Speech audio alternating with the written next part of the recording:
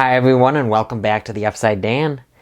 Raya and the Last Dragon hit Disney Plus and theaters this weekend, and I chose to see it in theaters. But would it be worth that $30 price tag for premiere access on Disney Plus? Let's get to it.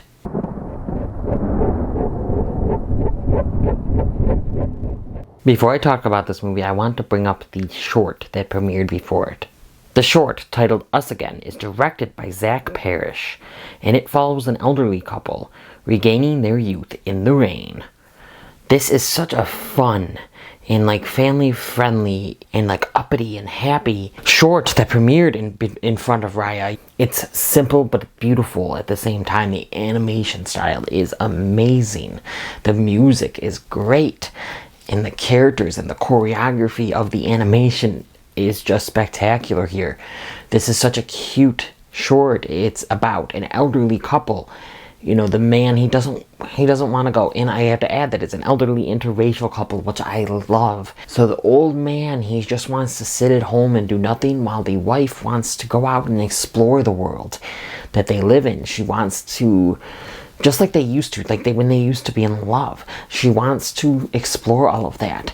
And he is just grumpy and kind of lazy. He doesn't want to go out. And she walks out into the world. It's raining. The man goes out on the porch and looks at her and then notices that he's become younger in the rain. He's become his younger self. She's become her younger self. There's dancing all around. He starts to dance and feel happy as he's kind of reliving his youth. And then he goes after her, and they're in the rain, and they're young. They look young. They're their young selves. They're dancing and having just a ball.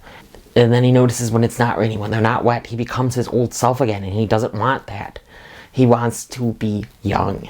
He wants to be with her. He wants them to be young together. He tries to outrun the rain and stay in the rain, under the rain cloud. He does anything he wants, to try to stay in this world. He's running. She stops after a while. She wants him to wait with her. She doesn't want him running from his youth. Or I should say running from his old age. They can be happy as they were in their youth, in their old age. He's running. He realizes, that it's not worth it. And he looks back at her, and she's on a bench. She's sad, but she's her old self because it had stopped raining. He went over to her. He's his old self. They comfort each other. They dance. And it's just a beautiful message, a beautifully animated and directed and written short that premiered in front of this movie. It brought my spirits up and added to the enjoyment of the overall theater experience of Raya and the Last Dragon. And I loved, you see in the reflection in the puddles, they're their young selves again, but they're old outside of the puddle. Their reflection is old, but they're still happy. They're still dancing. They're still having fun.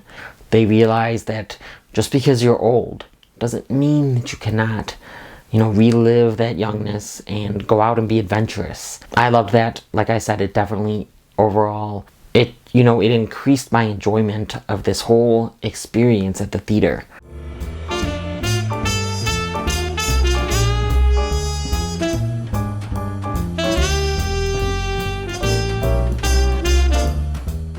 In a realm known as Kumandra, a reimagined Earth inhabited by an ancient civilization, a warrior named Raya is determined to find the last dragon. This film is directed by Don Hall, Carlos López Estrada, Paul Briggs, and John Ripa.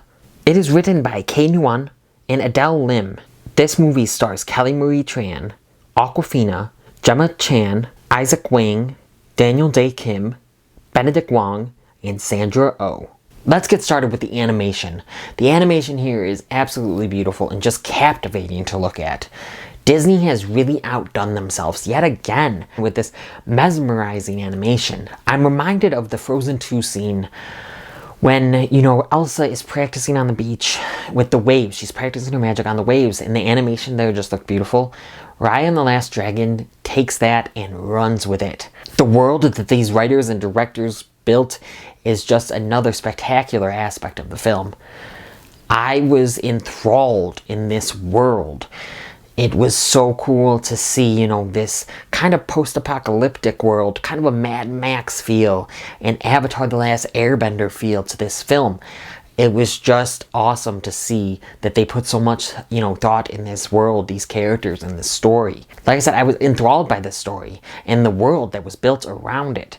When this movie was ending and the credits were rolling, I wanted to jump right back into Kumandra. And on top of that, the action set pieces and the choreography with all the action was very well done here. I actually really enjoyed the action. I was very into it. It was intriguing. It looked well done. It just adds to the compliments that I can give these animators. The score here is also really good. It feels like it belongs in this movie, in this world, with these characters. I thought that they did a really good job with the score, the world building here. Very good stuff.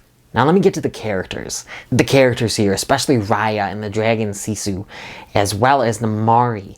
She is a tribe warrior, from a whole different tribe than Raya. Kind of an enemy here, an antagonist to Raya's protagonist, if you will. I thought these three characters, were the most fleshed out and the most, interesting ones.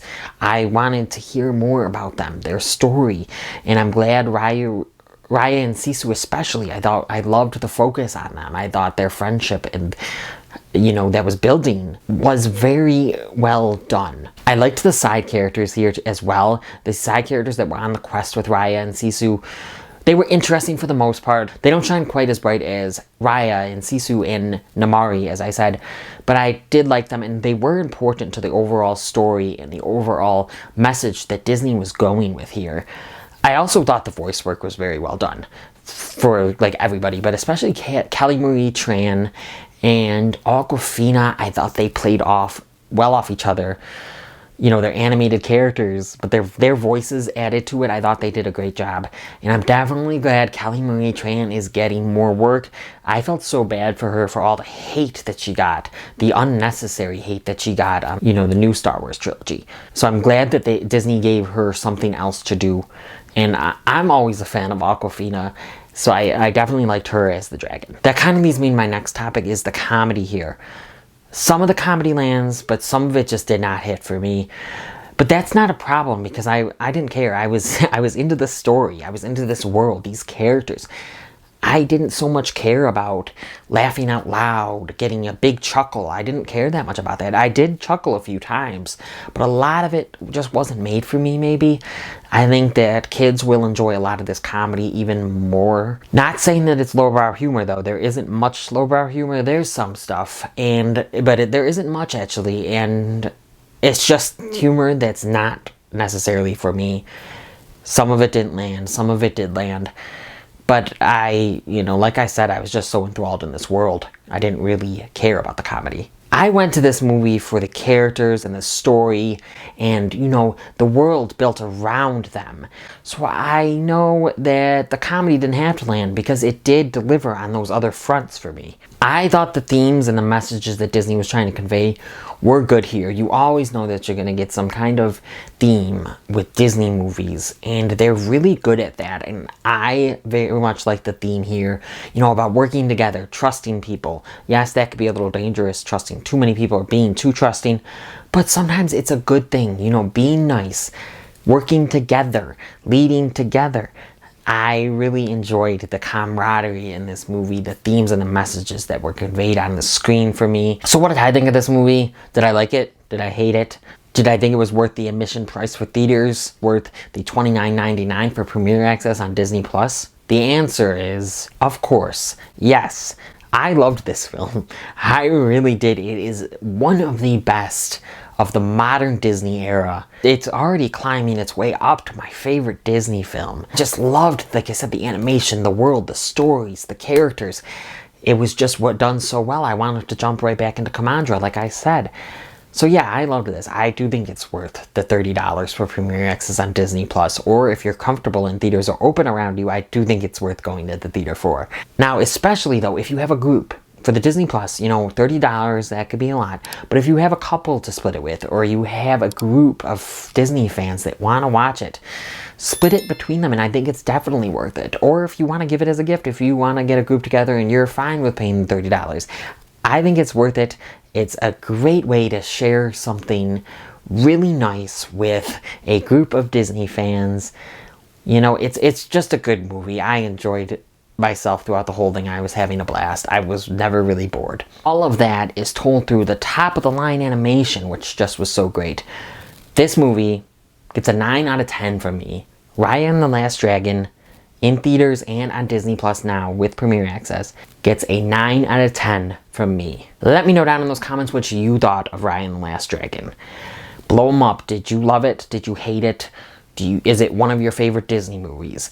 Blow up those comments, please. If you liked what you've seen here and you want to see more, click around here to see more. Find my subscribe button, like this video, comment on this video, share this with your Disney fans in your life. Hit that notification bell, subscribe, and come to the Upside Dan.